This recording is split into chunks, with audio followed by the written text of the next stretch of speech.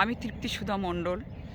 আমার দ্বিতীয় কাব্যগ্রন্থ সময়ের ক্যানভাসে, সেখান থেকে একটা কবিতা পাঠ করে শোনাচ্ছি। কবিতার নাম ঢেউয়ের তালে তালে। আমার সামনে নীল সমুদ্র, বারবার ঢেউগুলো গর্জন করতে করতে ছুটে আসে তীরের দিকে, তার অসীম শক্তি দিয়ে আছড়ে পড়ে কিনারে কিনারে। স্মৃতিগুলো ঠিক ওই ঢেউয়ের মতো আমার হৃদয়ে আছড়ে পড়ে।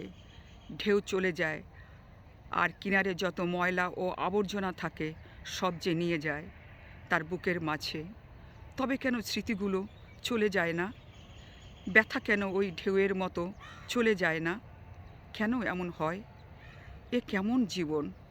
অভিমান জমা হতে হতে পাহাড় হয়ে যায়, তুষারপাত হয় পাহাড়ের বুকে, ভালোবাসার ঝর্ণা হয়ে সব জল ঝরে পড়ে পাথরে পাথরে।